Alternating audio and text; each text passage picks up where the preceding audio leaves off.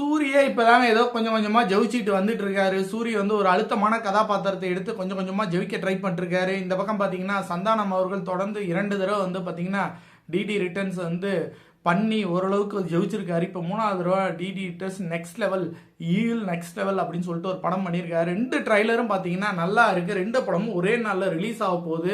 அதனால சந்தானம் ஜெயிப்பாரா சூரிய ஜெயிப்பாராங்கிற கேள்வியெல்லாம் வந்து தேவையில்லாத ஒரு விஷயத்த வந்து நீங்களா வந்து பில்டப் பண்றீங்க.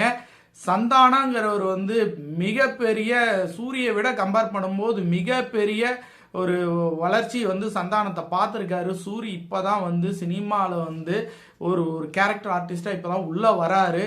அதனால சந்தானத்தையும் சூரியும் மிக்ஸ் பண்ணி பார்க்காதீங்க.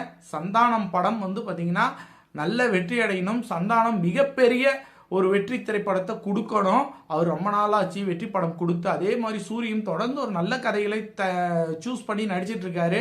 இந்த மாமன் படம் வந்து பாத்தீங்கன்னா சூரிக்கு மிகப்பெரிய ஒரு பேரை கொடுக்கணும். அதுக்கப்புறம் அவர் வந்து எடுத்து வச்சிருக்கிற பாதை எல்லாமே அவருடைய அடுத்த படங்களுடைய லைனப் எல்லாமே மிக அழகாக இருக்கு. சூப்பரா செலக்ட் பண்றாரு. அவருடைய வெற்றியும் மிக அழகாக இருக்கணும். 2 பேரையும் நீங்க போட்டியை விட்டெல்லாம் பார்க்காதீங்க.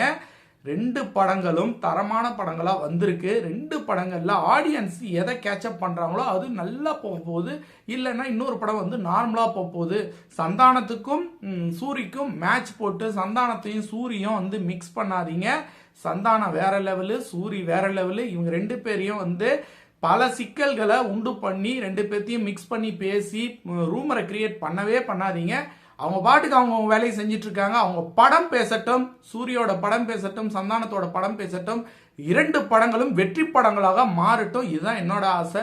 உங்களுடைய ஆசை என்னன்னா படத்தை வந்து பாருங்க, ரசிங்க.